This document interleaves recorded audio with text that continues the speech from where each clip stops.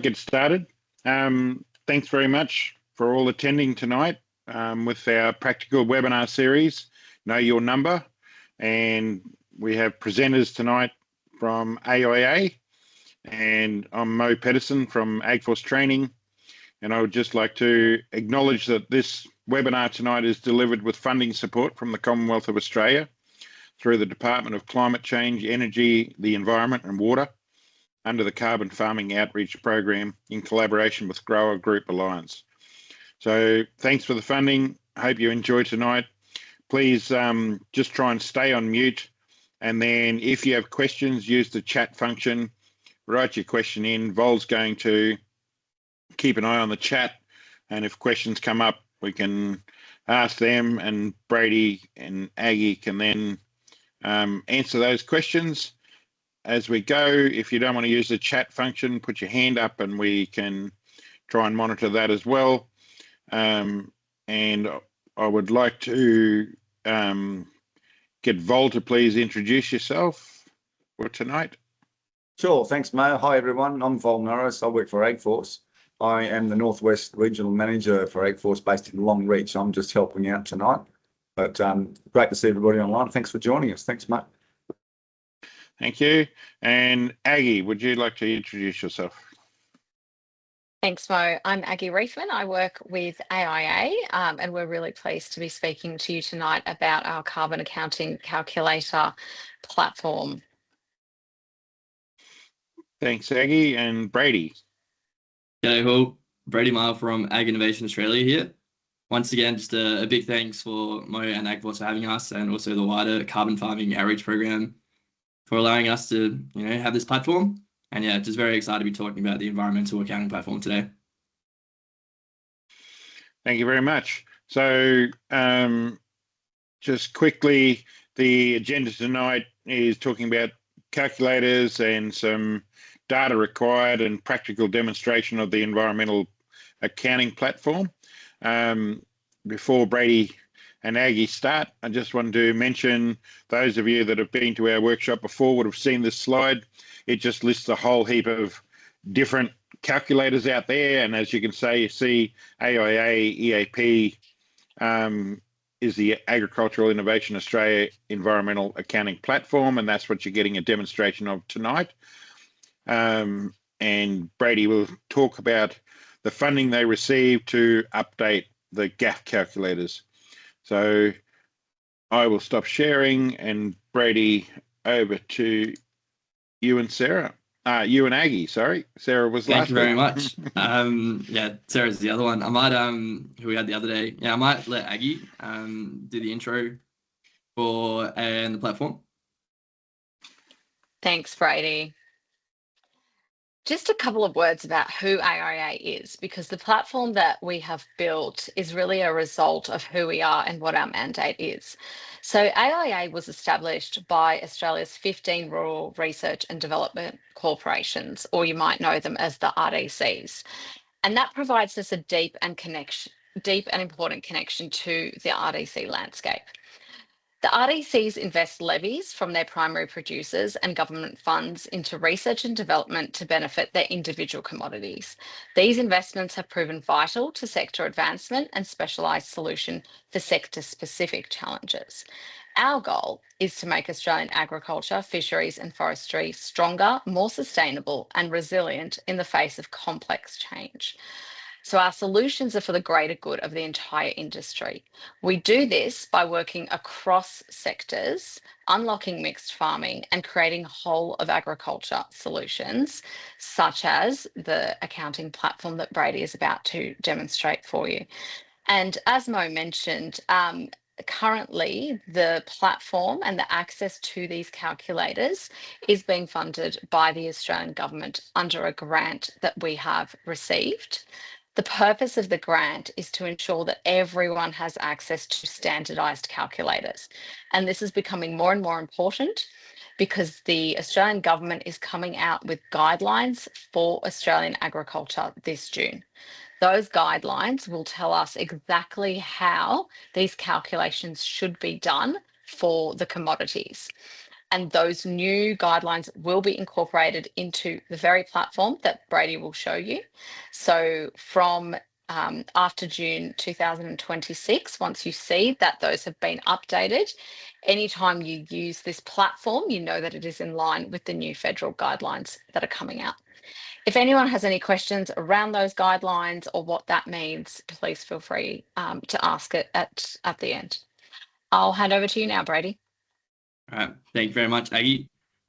Before we get too far into the calculator, I might just go a bit into the why to help us get a bit of motivation to see it through to the end. So yeah, I'm going to put 3 reasons as to the why emissions accounting is important. And probably the first one and most important one is maintaining and gaining market access.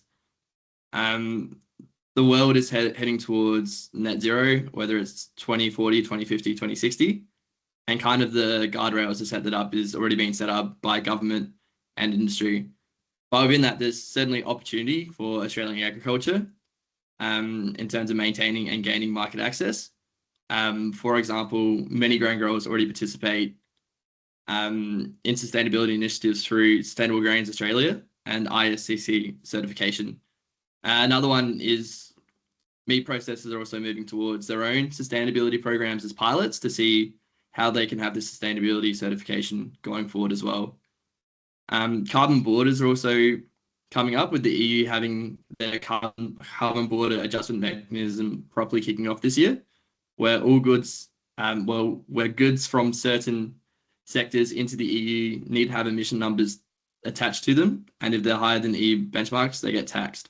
Now, agriculture is not currently included in that, but fertilizer is. So it just goes to show that, for example, if fertilizer is included, that it's very reasonable that the associated products from agriculture could also be included in that going forward as well. One thing I'll highlight in terms of maintaining and gaining market access is a recent announcement from Asahi that they're only going to buy barley from growers who have data on emissions and sustainability. So that shows how access to a premium market can be achieved by knowing your number. The other one is supply chain reporting requirements. A lot of corporates, both here in Australia and overseas, are soon going to have to report on the emissions from the supply chain. Here in Australia, we have the Australian Sustainability Reporting Standards, where pretty much all major buyers of agriculture commodities, remember this list here is not exclusive, it's more than this, need to know the emissions from their supply chain. Now, it doesn't mean they have to measure directly. They could benchmark regional averages and go from there. But it goes to show they're thinking about this, and they're thinking about how they can measure their emissions that are outside of their control. Another one as well is Science-Based Targets Initiative, which is pretty much the gold standard for international sustainability. A lot of corporates have willingly signed up to this to showcase their sustainability credentials. And from that, they do have to measure their emissions from their supply chain a bit more directly. And they also need to think about emissions reductions in their supply chains as well. Just a quick note on scope emissions and emissions from supply chains. So the theory behind emissions accounting is you break it down into 3 scopes. Scope 1 is direct emissions, e.g. things that are happening directly on your farm, the CO2 from your tractor, the methane from your cattle. Scope 2 is exclusively electricity, which isn't too important in agriculture context. And then scope 3 is the emissions from your supply chain and the emissions that have gone into the goods you purchase. So for example, if you buy fertilizer, that has emissions attached to it that went into the manufacturing of it. So we look at it from a meat processor perspective. They obviously have emissions they can control, such as fuel use from company vehicles, fuel use during processing, wastewater breakdown. They have their electricity, similar to farmers. And then similar to farmers as well, they have emissions that went into manufacturing the goods they use on their sites, but they also have the emissions associated with commodities they buy from farmers as well. They need to start thinking about.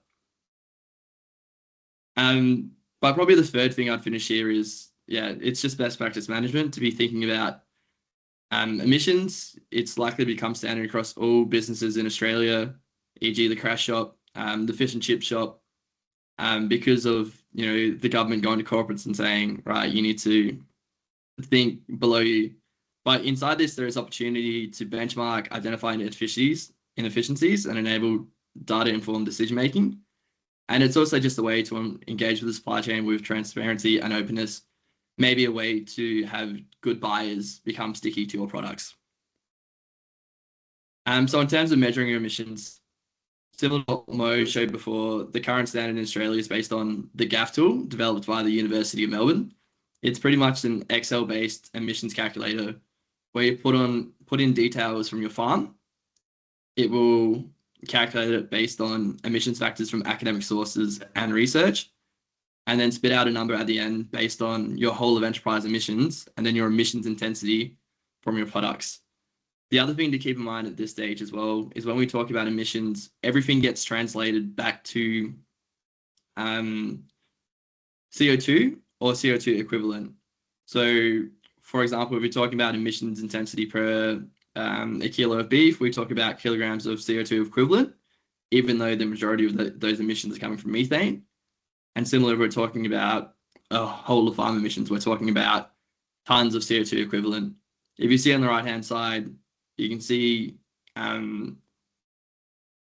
the calculations between the three main greenhouse gases of carbon dioxide, methane, and nitrous oxide. I shamelessly stole this graph from the MLA Carbon 101 course, which I would highly recommend for livestock producers to have a run through that. It's a great resource. Right. In terms of getting your data, these tools, the GAF tool, our tool, it's designed to be as user-friendly as possible while still giving an accurate result. So you'll find when you go through a lot of the numbers, you might know from the top of your head. Here's an example from a grain calculator. That's just a case of, how many hectares are planted, the yield, and then in terms of other things such as fert use, chemical use, electricity and fuel use. A lot of this might be sitting with your agronomist or your accountant, or even somewhere in your little pocketbook somewhere. So with the environmental accounting platform, it's a free online tool that's based on the GAF tool. We developed it in support with 10 of the RDCs as just a way to do cross-commodity calculations and also provide a standard unified engine for anybody else to use. And when you use the platform as well, there is a function to invite in your agronomist, advisors, or employees to edit. So you don't have to work on this alone or in isolation if you don't want to. And also you are in full control of your data. We actually can't see how people use the calculator or how they do the calculations. And we do have a NMF data code certification to that point where we have been audited on how we use data. And in terms of the EAP, there's kind of two parts to it. There's the front-end calculator, which we will see today, but there's also the back-end engine, which under the grant we have from the federal government, the back-end engine, it's available to anyone either as an API or being able to download as a source code to read the GAF spreadsheets. So we're proud to say we're not alone in this. We have over 20 people use our API and engine. And if you look on the right-hand side, you can see there's some pretty major brands in there, and probably some brands that some people here today work with every day that use our engine either for their own sustainability reporting or to provide as a service offering to their client. All right, I might take the opportunity to get out the slides and to crack open the tool.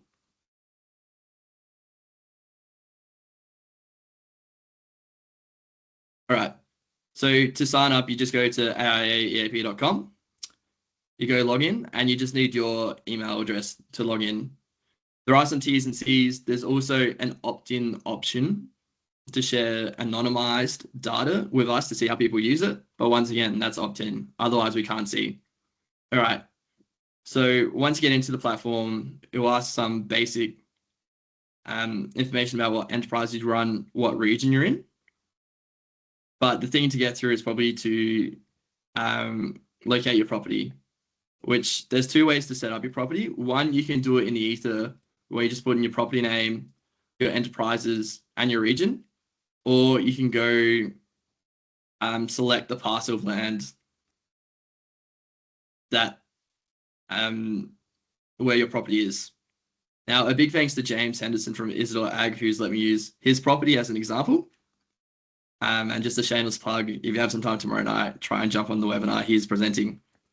All right, so once again, Casey would just go through and go put the name of the property, the commodities.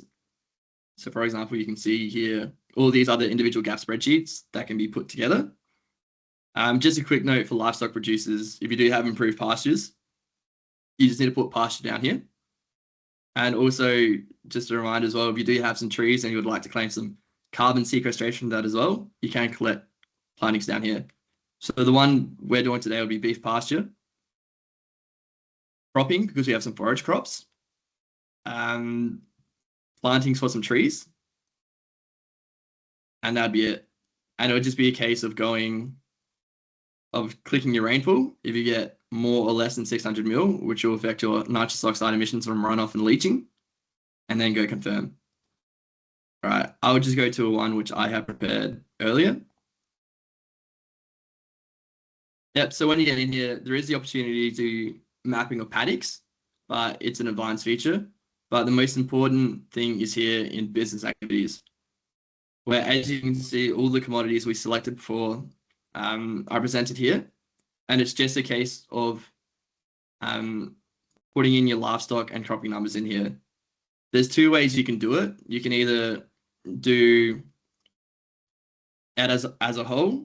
So, if you've got several mobs, you can combine it into one, or you can do the mobs individually. Same with cropping.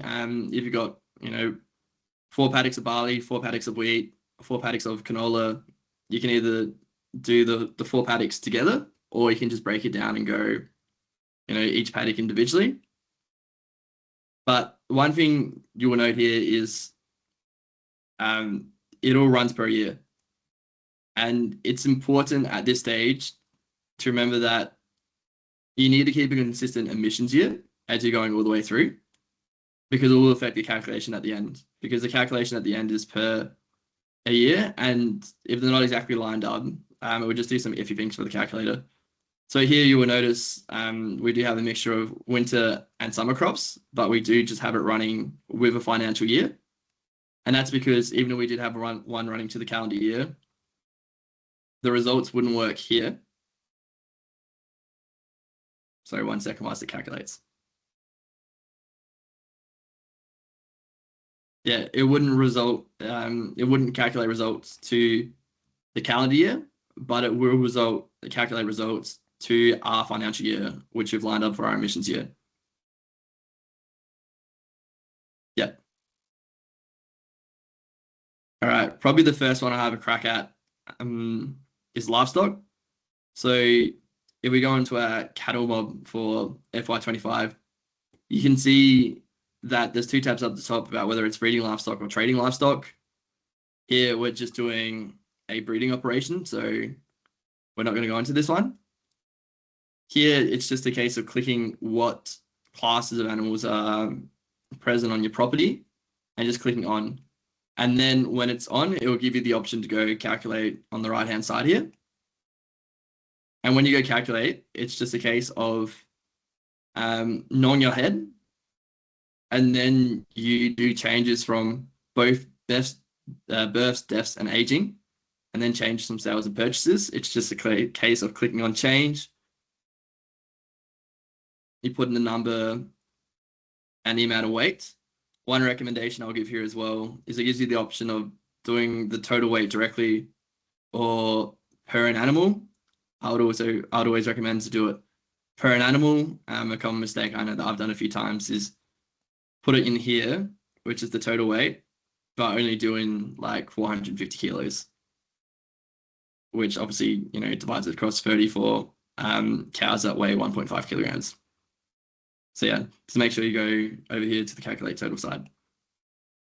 Then on the right-hand side, we see our live weight, which you just put in the number at the start of the calculator. So e.g. 500, and then you do average daily live weight gain. There is the opportunity to work it backwards. Like if you've got a live weight in mind for what that would be at the end of the month, you can just work the number back and forward until it gets the result you need. And also keep in mind with this data here, nobody's expecting you to weigh your cattle every month, right? It's just a case of when you do have those data points, just having an estimation about when they're putting on weight, depending on the weather and feed availability. There's also the opportunity just to go apply to all and have the number be similar across it. But once again, I would recommend just going through and just like, chuck on a few kilograms when it's wet and there's lots of feed, and take off a couple when it's dry and there's not as much to eat. All right, we might go to our maiden breeding heifers to show how numbers flow through. So you'll notice with the changes from births, deaths, and aging, that this is something which you have to change yourself. The calculator doesn't automatically age it through. So it's just a case of like, if you age up your maiden breeding heifers into your breeding cows to try and do both changes on both sides, that might just be a case of being there with pen and pencil to note that change. Yeah. Oh, and the one thing I forgot as well, because it's just partially hidden on the right-hand side, is calving percentages. Just see them over here. You can see they have the option of cows that are lactating, e.g. when the calves hit the floor. As you can see, it's 66% here, which is it's pretty low. So I can already tell the numbers that I put in here are not going to be the best at the end. All right, we might just jump into cropping quickly as well. So we go look at oats for FY25. When you go to create a crop, it's just a case of doing the name and when the year run, keeping in mind that you want to line up a consistent emissions year throughout. And then when you go into it, it will ask you how many areas are planted, what was the crop type, and then your total yield, which I actually made a mistake there myself. All right, the next stage is to go to how was the soil improved, which is liming and fertilizer. So to add a fertilizer event, it's just a case of going in. You can put in the name and the month of application, but it doesn't change the calculation at all. Choose the fertilizer type from the drop-down menu. Unfortunately, there isn't the option to put in custom blends.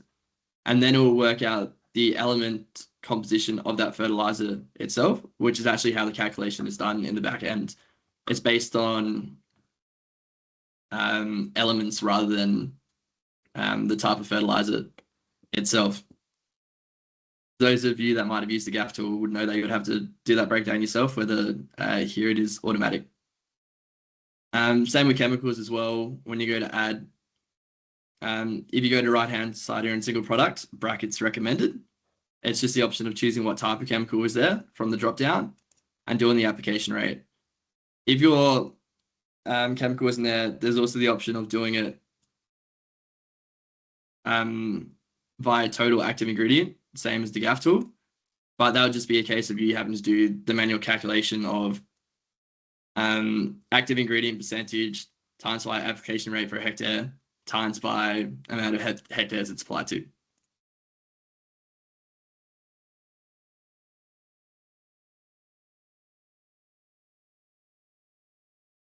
All right. So now that we've gone through operations on the farm in terms of cattle and cropping and the associated emissions from that, we'll now go to fuel and electricity, where here it's just a case of putting your electricity use for the year. Once again, try and line up these dates here to your emissions year. In terms of finding this information as well, it might be a case of going to your bash sheet, but to be honest, for most farms, electricity is a pretty minor, has a pretty minor effect on total emissions, which you'll see when we do the calculations. Same with fuel, it might just be a case of looking at your batch statement to the ATO. You might also have the opportunity in cropping operations to do benchmarking per hectare. If you put into Google like fuel benchmarks, Cropping Australia, it will give you like regionalized fuel use per hectare use. So for example, if you know you did like 1 pass for seeding, 2 passes for fertilizer, 1 pass for spraying, 1 pass for harvests, you can just do that calculations from that as well. Down here, we also have commodity purchases that have been brought into the farm.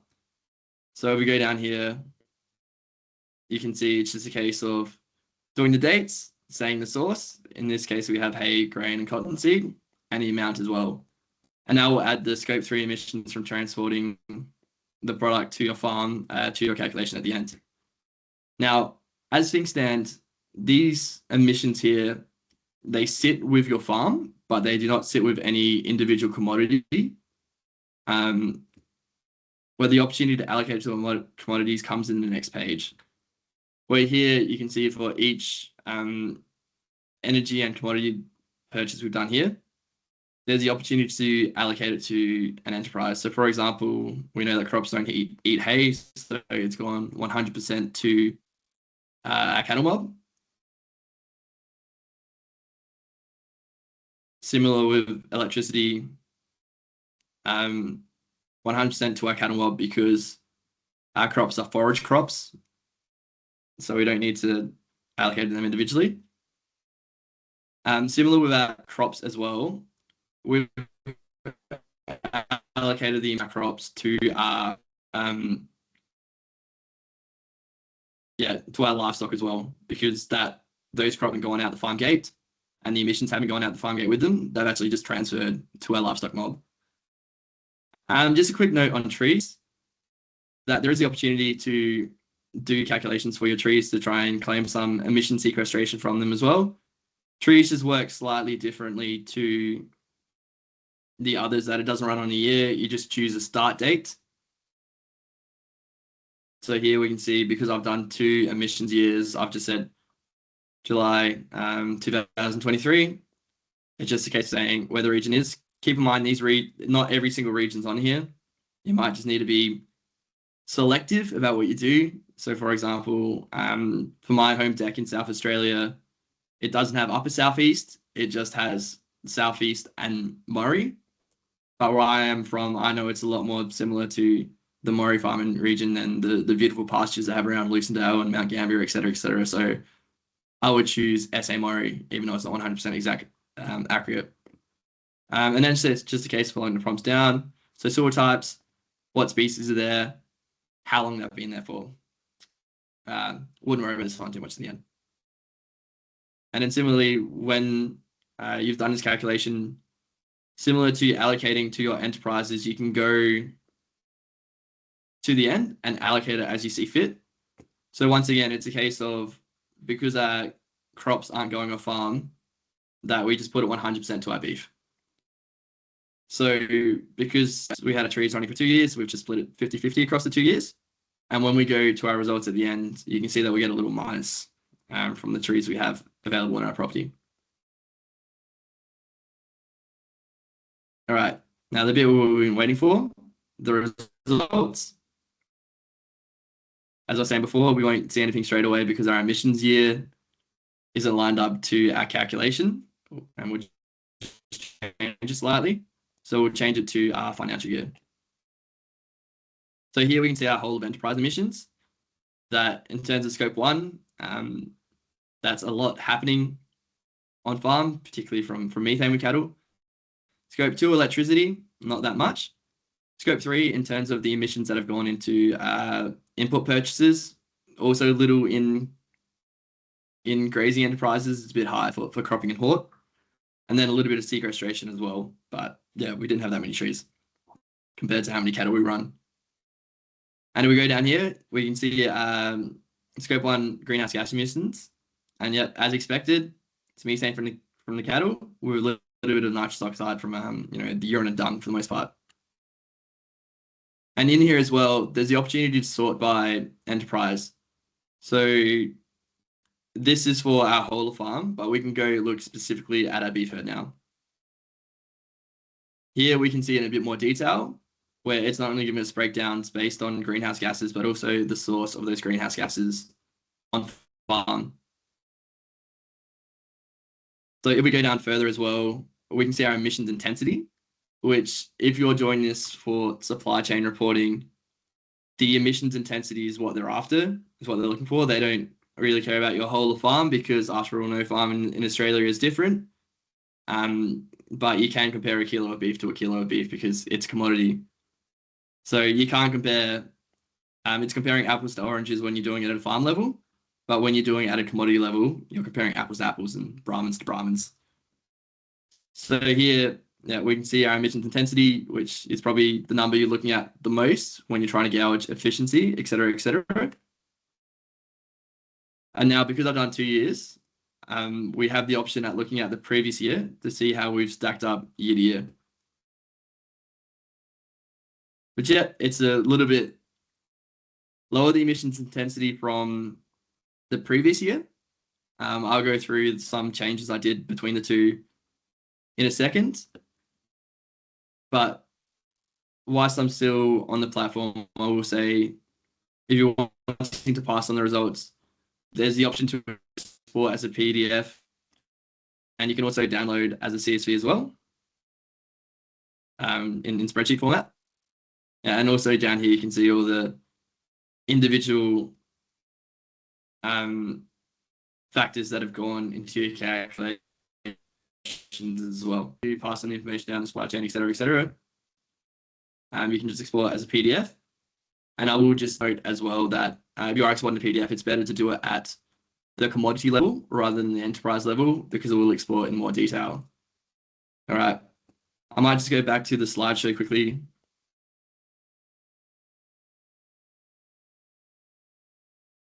To go through our results. So yeah, as you would have noticed at the end, it was a poorer year in FY25 than FY24. Lower calving rates is what really killed us. So in FY25 it was 66%, as we saw. Whether in FY24 it was 80%. There were lower live weight gains and lower selling weights as well, which means that we still had similar emissions inputs, but less kilograms of beef to spread it across. Same with our forage crops as well, that oats and sorghum had high yields in FY24 for the same inputs, but because I had lower inputs in lower yields in FY25, those inputs were not spread as thinly. And for your interest with the numbers we saw at the end there in terms of the results, the emissions range in Australia is between 10.4 and 14.7. I pulled that information from the Australian Sustainability Beef Framework 2025 update. So big thanks to them for collating that data. And as you can see, like, yeah, FY24, we're about in the medium. We get a discount on our sequestration, but FY25, we were a little bit higher. For your interest, Brazilian beef is about between 12 and 22. American beef is around 11 and 18. So even then, we're still stacking up pretty well internationally. I might just do a couple of take-home messages before we go into some questions and answers. Probably some take-home messages from us is, don't be afraid to have a crack yourself.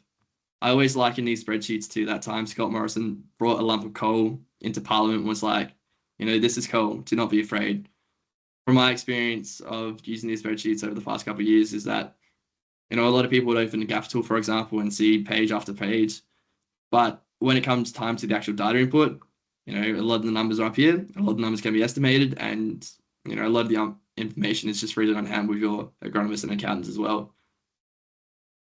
In terms of changes in the supply chain, I would say just be aware of it. Wouldn't be afraid to just pop the question to your local meat manager or your grain marketer as well. In terms of the information you need to put into the sheets, just get used to keeping it in mind about where this information is kept and stored, so it's handy when you might need to fill one in. And also, you saw from the list before of companies who use our engine. I would also say don't be afraid to ask a trusted advisor, such as an agronomist or an accountant, if their company is doing anything or what they know about it. I will wrap up here and open the floor. Big thanks once again for AgForce for having us. Thanks very much, Brady. Yeah, if there's anybody that's got questions, please fire away, because there's been no questions yet. Nothing in the chat thread yet, Mo, but I'm sure there are questions in people's minds. Good on you, Hamish. Yes, hello. Thank you very much, Brady. That was brilliant. And I'm sorry if I missed this at the start. I was a bit late. But can you tell me a bit about AIA? Is it grant funded? I mean, is the data secure? You know, it's a pretty amazing resource to get for free. How does that work? Yeah, that's a really good question. So, as mentioned, AIA was set up by the 15 RDCs, and its purpose was always to look at cross-sectoral issues such as carbon. You can't really, just do beef or just do grains. There are so many mixed farmers in Australia. You have to approach these things from a cross-commodity perspective. So, with its purpose and its mandate, AIA started this project to build this platform. During that time, as we got a beta version of this platform up and running, the government was also looking at this issue and looking at the tools in the market and seeing what happened in countries like New Zealand, where there were many, many tools that gave you many different answers when you put the same inputs in. And the government has decided to come out with guidelines that tell you what the equation should be. Up until that point, the GAF tools were probably the most widely used tools in Australia. And so we used those as a basis for the platform. And when the government came out and said they're writing guidelines, they also said up until that point that the guidelines come out, GAF is what should be used. So they then funded AIA to provide the calculators through the API for free. So what Brady showed you is our front end. It is our platform. It is completely free because it was funded by the RDCs, so that every farmer has access to a tool that has every single calculator in it, including things like buffalo and goats that you probably won't find in many of the commercial platforms. Because it was funded by the RDCs. The government has then stepped in and said your engine, so the ability of other platforms to plug into yours and have that calculation inside their platform, we're going to fund that because we want everyone to have consistent access. So that is access to right now the GAF tools. So that list of companies that Brady showed you, all of those companies are plugging into our back end. So they have their own front end. The platform will look a little bit different to what you've seen Brady present, but they are using the exact same engine in the background. So they're getting the exact same answers, and that's ensuring that things are standardized. And after June, the calculations in the back will change and they will be aligned with the new guidelines. Importantly, if you are using our engine, you do actually have access to all the versions of the calculators. So anyone who's using them for benchmarking can actually, use the version they started with and use the most updated version and compare those. So you do have that consistency in your calculations. Does that answer all your questions there? How's Yeah, that, maybe- Hamish? Yes, thank you. Awesome. Yeah, I'd just say about data security as well. If you missed the start, trust me, we can't see anything in the calculator, and we do not share with third parties. We've been audited and certified by the National Farmers Federation on this as well, because as a independent non-profit, we're lucky that we get a bit of funds from the RDCs and the government to do what we do. Our solution is pretty competitive. You can see the people who are using our back end who are, jazzing it up a little bit and maybe, offering a better service. They're the ones who, might be trying to monetize it. But for us, we're lucky that, we don't need access to the data. And we can't see it. NFF data code certified. It means that we can't, we have to be very, very transparent about what happens to farmers' data. And that question from Claire Walker, if they use the platform, can anyone else access information on it all? I guess that answers it from AIA's perspective, but we need to direct that question to the to the peak bodies who are funding the research, I suppose, because Yeah. they'll have their own constraints or objectives around that. And I don't know, do you know the answer to that question in terms of the peaks who are funding you? Oh, So I would just no say one quickly, has. in Go, terms of Brady. people being able to see the platform, yeah, as I said, we can't see the data, but you can invite people into the platform to view. So, for example, if you have an agronomist or an accountant who might be a bit more familiar with it, you can go onto your account up here, go to My Teams, and invite people in, and you can, make it that they can only just view, or they can actively contribute as well. But everything, anytime that people come in and look, it's purely by your own invitation. For example, if somebody wanted me to go have a look at theirs, and see if they made a mistake or something, it would be a case of you would have to actively invite me for me to be able to see. It wouldn't be a case of I can just go look up the database or anything like that. Yeah, and none of the funders have access to any of the data. Like the terms and conditions on the platform are the terms and conditions. So the only people who can see your data are people you've invited into your account. Well, that answers Claire's question, I think. The next question on the list is from Dan Miell. Hi, Dan. How does burning fire breaks, lightning bushfires affect carbon on grazing savanna? What fire breaks? Nah. So I believe, I'm not 100% sure about this, that in terms of the greenhouse gas inventory in Australia, there's two distinct categories that affect landholders. One is agriculture, the other one is something called LULUCF, land use change, and forestry. So in terms of things like fires, et cetera, I believe that comes under LULUCF. It's also the reason why some of the trees on farmland also gets attributed to LULUCF and not agriculture. In terms of burning, you can account for burning inside grains calculations, but you can't do it inside of grazing calculations. So, let's be honest here. It's releasing those emissions. Don't worry, they're not going towards you.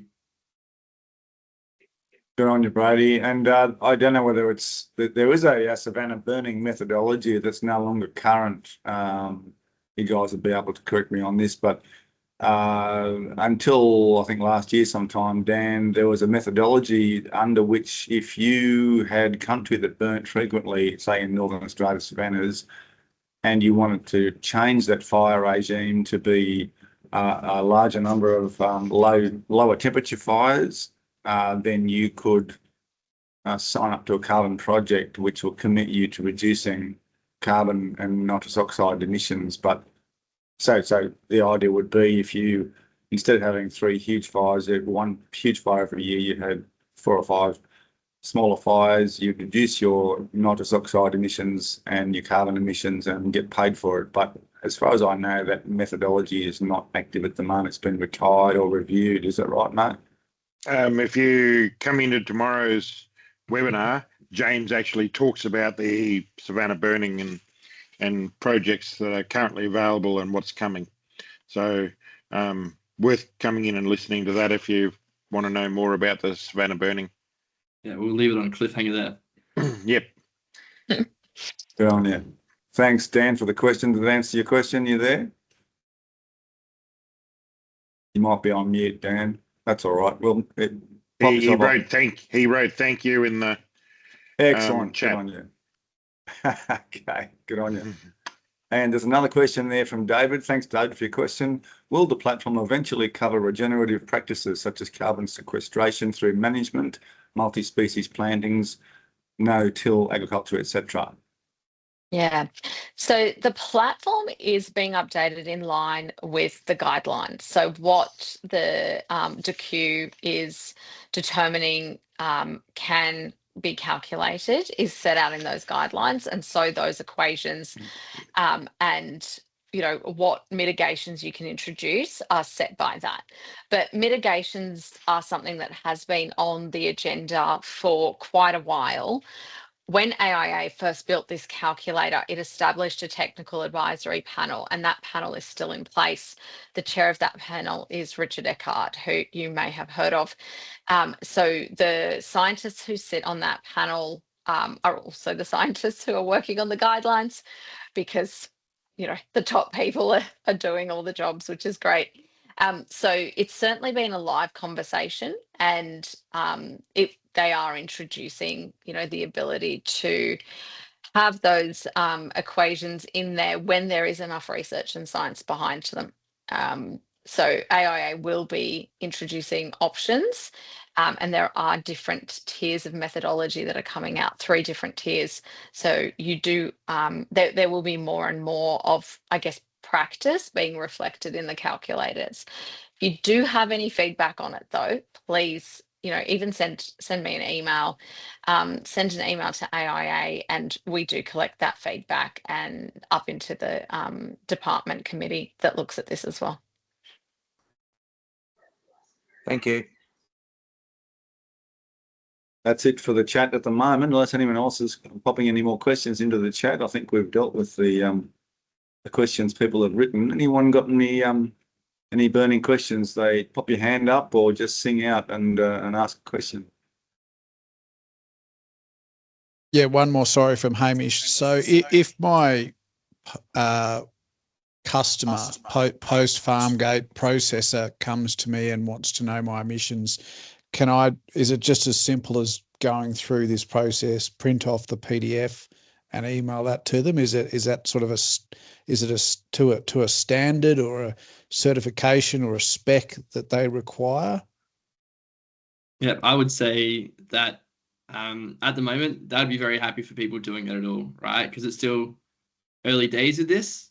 So I think I'd be happy to just know a number, and from there and they'll probably just look at it and go, similar to the range I showed you before, being like, yeah, is it around it? Is it realistic? That's right. Like, for example, if you send in an emissions assessment to Bungie and you say that you're getting like six tons per hectare of wheat with no urea, right? They'd probably turn around and go like, hey, how'd you do that? Can we have a closer look? But now at the moment, that number's probably enough.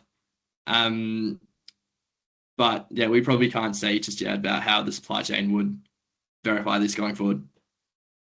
It's important to note you do not have to provide that. If someone asks you, they actually can't ask you for your actuals. So that is a conversation between you and your supply chain.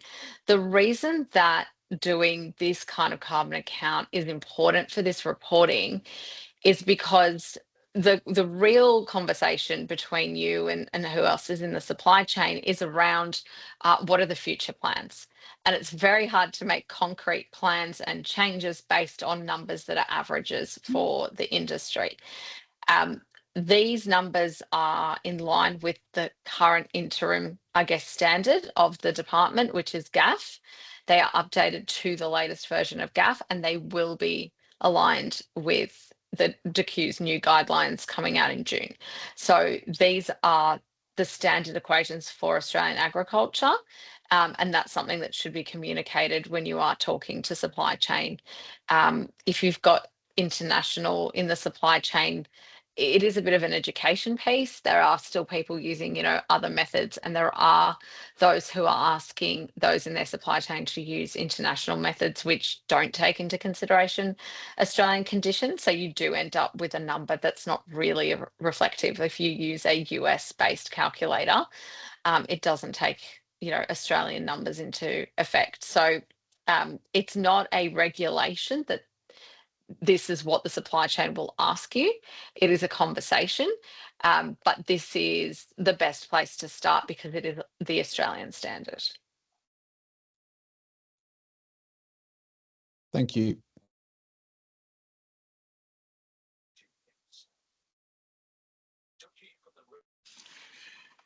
Well, thanks very much, Brady. If we got one more question there. It's does it align with SBTI? Thanks. So in terms of alignment with SBTI, yes, I would say from my own personal knowledge, I do know companies who are reporting to SBTI who are using gas spreadsheets, which our tool is based on, to report into it. But SBTI, they have their own flag, as they call it, guidance. But for the most part, they're pretty happy to say like, hey, if this standard's common in that country, they're happy to use it. Yeah, so the GAF tools and the guidelines use the numbers from the Australian inventory. And that inventory is recognised as, the Australian version of the numbers. So the calculations still come from the international committee, and then Australia has its own numbers for emission factors. Yeah, the standard is something called GHG protocol, which, it's just an international standard which, the department tries to line up with, most corporates try to line up with. And as long as it's roughly aligned to that, it should be okay. Excellent. Thank you for that. Dan's just said thank you. Still working out how to drive the microphone. Well done, Dan. At least you can type onto the chat box. Good effort.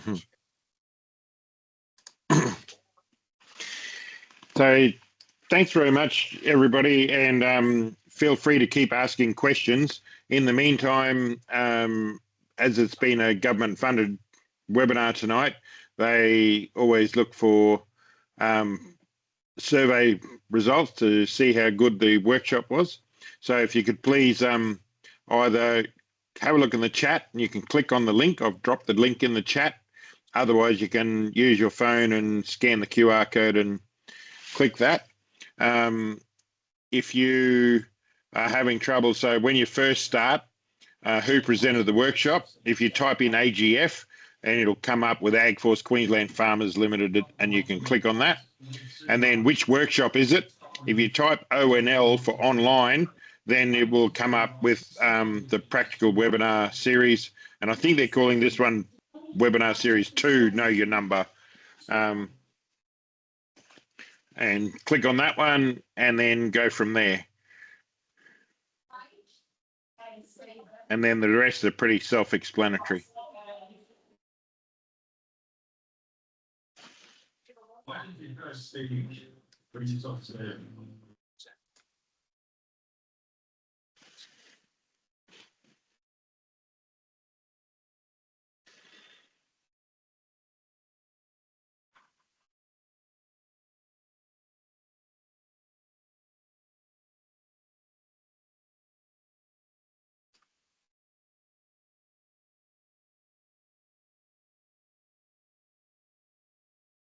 So feel free to ask any further questions if you would like to ask questions.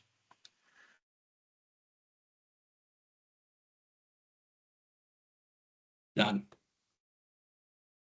Gave the trainer 5 out of 5. Thanks, Brady.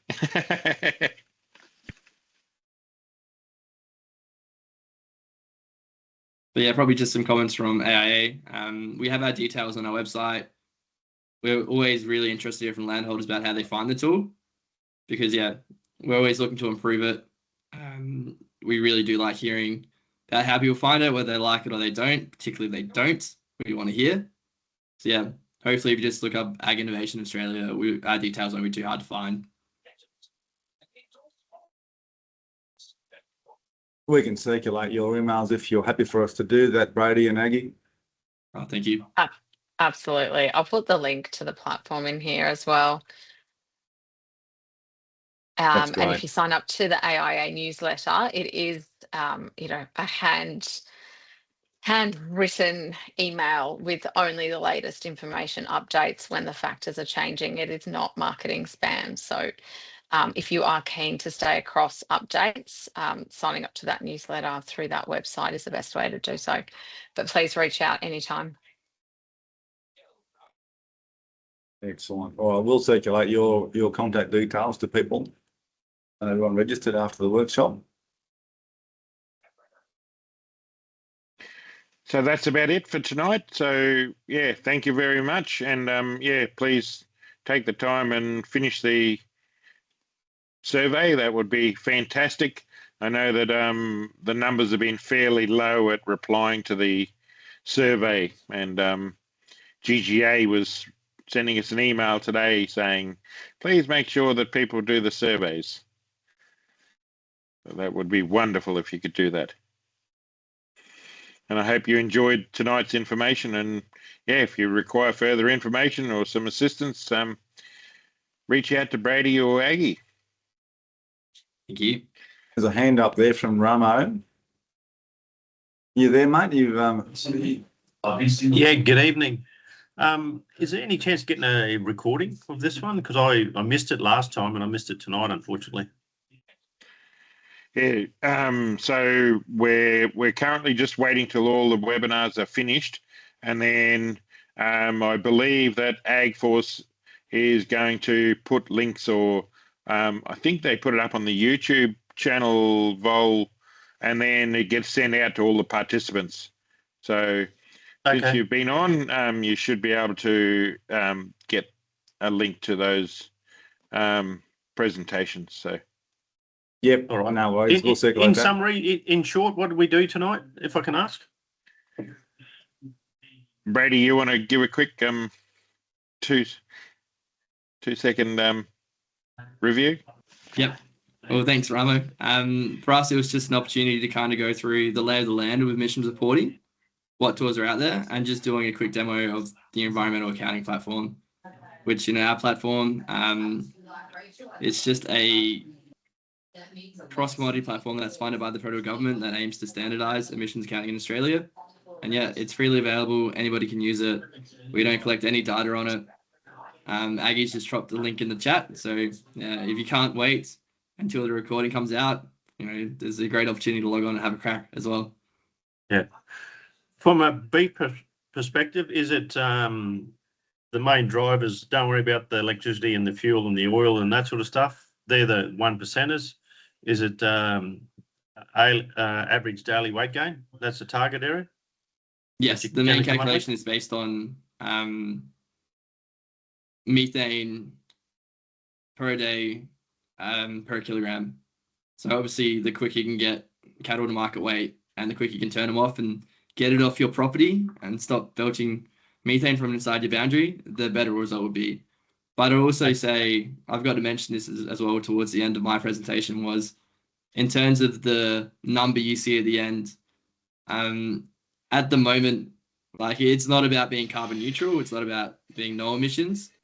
It's not about being low emissions. It's just getting comfortable with the idea of, knowing the number full stop. Obviously, the natural thing to do is to want to improve it. But yeah, right now the goalpost is like, hey, just get familiar with getting a number full stop. Yeah. Down south, those fellas are sub 10 per kilo. And up here, we're probably 11 to 12 in central Queensland. Yeah, I'd say slightly higher. I haven't seen anything specific for beef in terms of regional numbers. I know there's the cropping, there are regional numbers in terms of emissions per ton of wheat, barley. But that makes sense because, I know for my friends, cheap enterprise in South Australia, I compared to a producer in outback South Australia, we were obviously significantly higher because we get them out the farm gate much earlier than they do. Yep. Thank you for that. You're welcome. If you do have any questions, if you go on it, you get stuck, just send Brady an email. The contact details will be coming before the webinar's up. Yeah, I'll just check my number and email in the chat quickly. Okay. Number, and then